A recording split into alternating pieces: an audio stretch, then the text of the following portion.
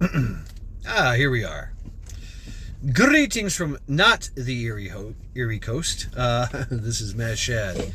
Another episode of the Zoot Report. Ho, ho, ho.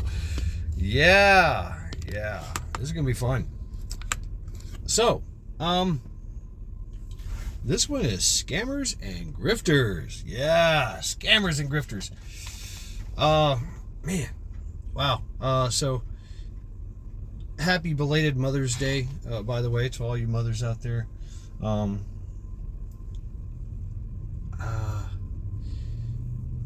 And it's an interesting time. It's an interesting time that we live in. Scammers and drifters, they are relentless. They are charismatic. They are cunning. And they're also cowards. That's why they do this kind of work. Yeah. And yes, it's about the money. Sure, it's about the money, but it's also about the thrill of running the con. I don't know. I've talked about this before. The con. Growing up the way I did, I learned about some conning, but just. You learn about it. It's good to know some sleight of hand kind of shit. You know what I'm saying? But it's a very dishonorable way to make money because you're playing. They're playing on the hopes and dreams of people, mostly the elderly. Right? You think about someone that's up there in age, retired, forced retired, whatever, having heart problems, having health problems, and just standing by, waiting to die, reflecting on their life, going, wow, I've got nothing.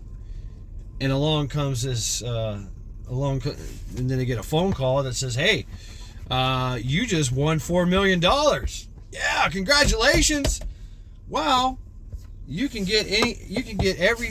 are a failure in life, so to speak, because that's what you're thinking. I'm not saying you are, but the things that go through your mind, like, wow, I was a failure all my life. I was not successful. Now I have a chance to be successful. Wow. Yeah. $4 million. Congratulations. Outstanding. Yay, me. Go team, go. Go team, right? Go self team. Oh yeah, by the way, you gotta send us about $1,000 or $2,000. I'm gonna need another $500. Don't tell anybody. Don't tell your friends. Don't tell your family. Just get a cashier's check and mail it to me at this address. Huh? I mean, right there and then, that should tell you. Wait a minute. You're saying I won money, but I gotta pay you to get it? That's not how winning money works. But running the scam, running the con, they get inside your head, get inside the mind, and they pry, and then they start to manipulate, and then they start to actually control, like giving orders, right? Do this now. You nincompoop. I mean, hello, this is tech support. Can I get your credit card information? I mean, it's not just that. It's not just that. It's homegrown. It is. It's homegrown. There's so many people that are doing this in America. It's appalling. It's absolutely appalling. So, stand by.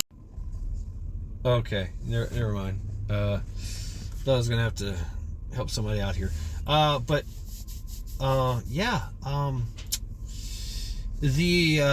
scam, the con, the grift, where these people, they're absolute manipulators. Especially for the elderly, especially for people that have hopes and dreams, that believe the lie, that are slightly gullible and maybe not the, maybe not able to make the right decisions in their heads, in their minds. I'm talking about my mom. My mom got scammed. I'm just gonna come out with it. Never been known for subtleties. So, but yeah. And then how to deal with that? How to deal with that? Well, for me, since the scammer literally is in the same town as my mom, as where he's done this a few times now, to other people, and to my mom, made her fill out cashier's checks and things like that. So I was able to find out who he was, where he lives. I got in contact with the bank. I got copies of the cashier's checks, which the bankers they raised the alarm too, right? Good on them. They're like, hey, wait a minute, this is a scam. What's this money for, right? Normally when somebody asks me questions like that, it's like, why you prying? Mind your business, right? But when they're adamant about doing this and having an elderly person comes in and goes, I need $1,000 cashier check. I mean, I bought my car. I got a $20,000 cashier check, so, and I told him, yeah, it's for a car. I'm buying a car. Oh shit. Okay. I'm not giving my money to the Nigerian prince. No.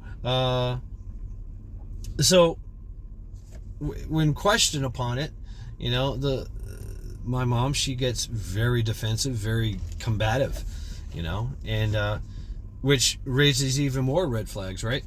And so I was able to get I was able to talk to the lady, to the bank, and they're like, yeah, we'll help any way you can, right? But going to your knowing where to go and who to go to, that's the part that's questionable, because in this case the victim still believes the lie. Yes, the victim is actually is actually so brainwashed and so mind warped, mind fucked, that they believe the lie is still there, even though evidence is proven. Everybody's saying, hey, this is a scam, but they don't know, they don't care. They want this to be true. They want this to be real. They want that subjective reality to be true, and that they just got $1 million or whatever, right? They just won. So I had to have the intervention. I gathered all the evidence behind her back, yes, behind my mom's back, gathered all the evidence, and then found out that to go forward in prosecution or whatever, she is the one that needs to make the statement, the report. And so I had to have an intervention. And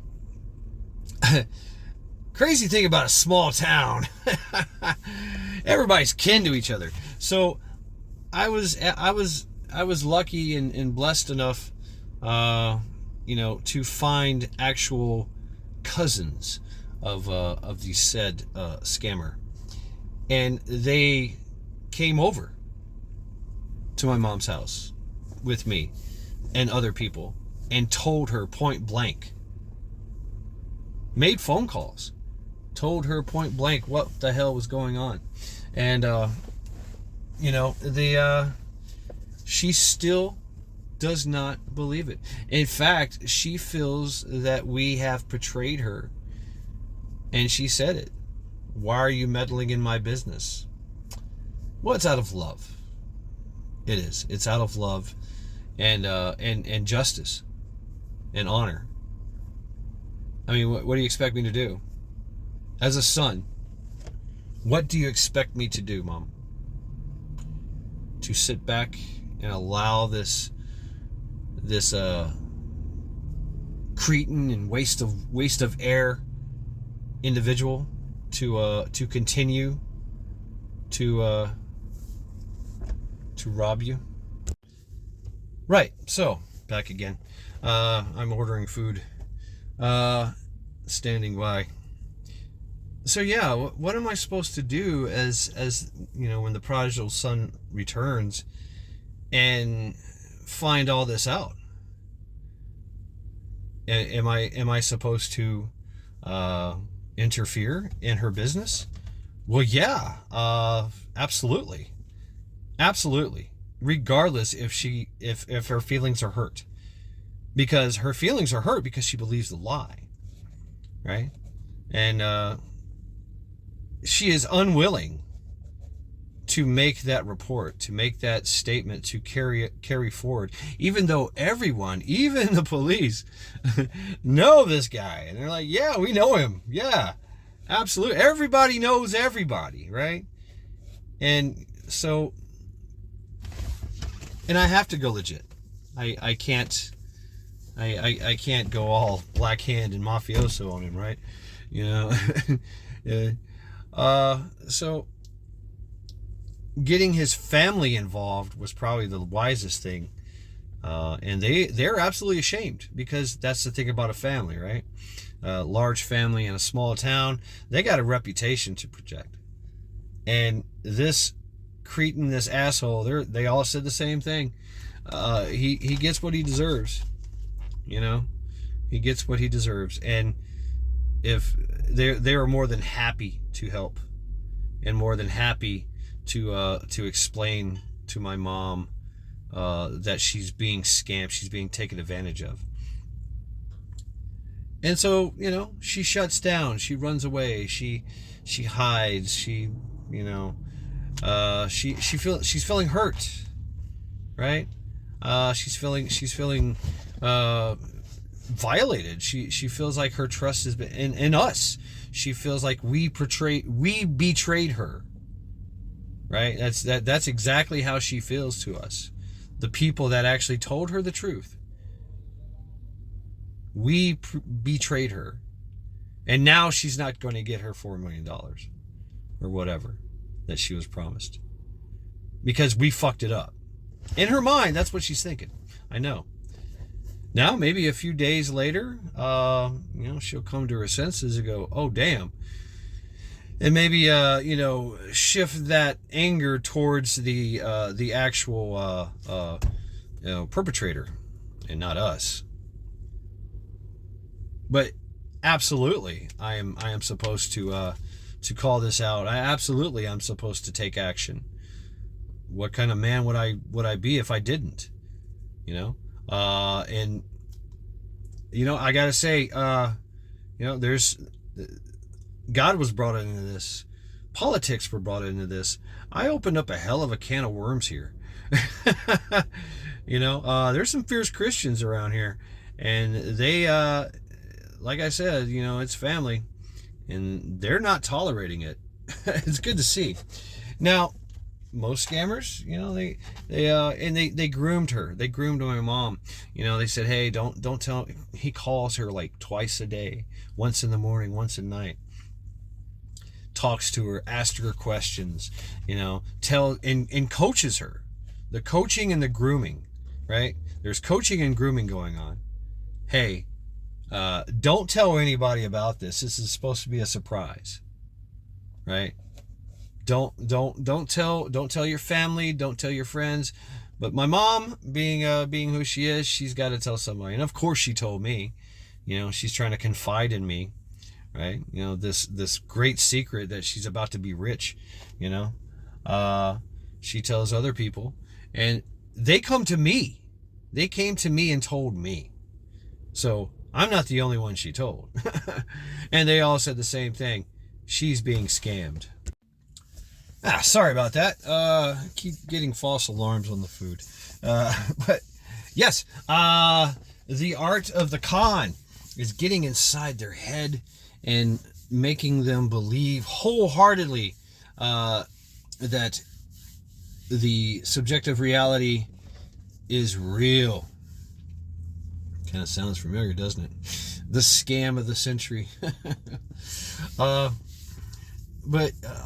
This is the con. This is the con, the grift. You know, the big scam, and everybody's susceptible to it. I have to admit, it hasn't happened often, but I've been scammed before. I've been conned before. It happens.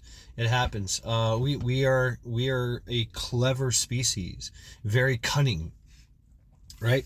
And so it can happen. It can happen to the best of us. Now, for the most part of us, we know. Like if somebody comes up to you in the city, in the street, and they're disheveled and they got sores all over them, and hey, so I'm out of. Okay, step. Okay, we're back, and we have food this time. All right. So when someone absolutely believes this lie and has already stepped over the boundaries of what they know, they wouldn't do this if anybody else walked up to them and said, hey, give me $1,000. They would say no. But if somebody calls them and works on them for days, weeks, ensuring, trying to convince them that this is real, and puts their mind at ease, gets their hopes and dreams up, to the point where there's, wow, this is gonna happen, this is real, this is happening, right? And makes the victim, makes them go to the links to, where they wouldn't have done with anything else. Any other transaction, they wouldn't have made out a cashier's check and mailed it to an address in town. Most businesses that deal with you and that you have to pay something, they're gonna send you a letter first. If it's the government, they're gonna send you a letter. If they have to call you for any reason, they're gonna call you to make an appointment. Hey, come to this office, this building, that says U.S. government on it. Here's your contact information. Here's your time, right? It's legit, right? You're not just like going to a random, address and dropping off money. That's a scam. I mean, that's straight up wrong. There's red flags altogether. But they go to they go to that distance, and they convince them. Oh well, it's fine. It's just I had something going on. Something happened, and we had to last minute had to change this up. But normally we would send this to our corporate office or some shit.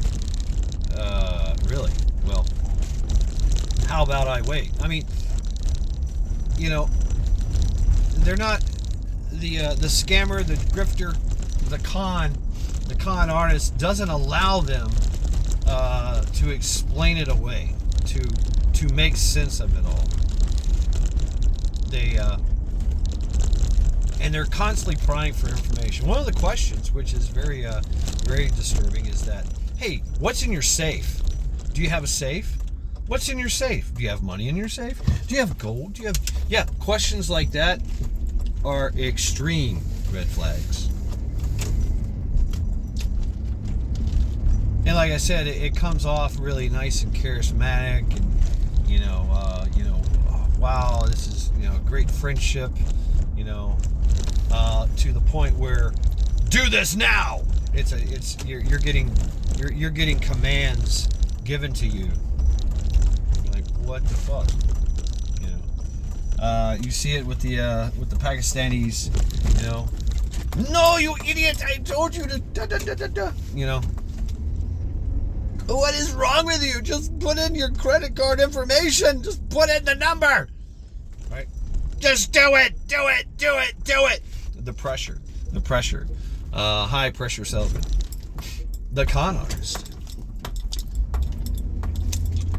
And they love it. They love the high that they get from doing this. Because they're literally convincing an adult to give them money for no other reason than a lie. Amazing. Absolutely amazing. Absolutely amazing. But that's how they work. That's how it happens. It happens that way.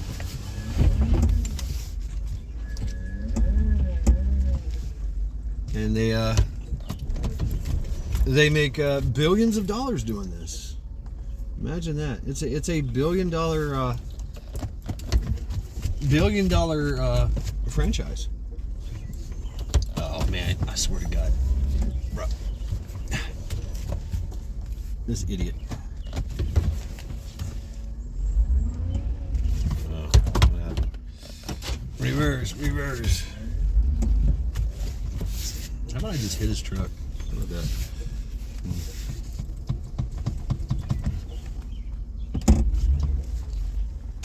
Yeah. Gotta love parking lot dilemma, rivalries and parking. All right then. So, not to worry though, folks. It's being handled. It's being taken care of. My mom hates me, but you know it's done out of love. That's my point too. This is done out of love. So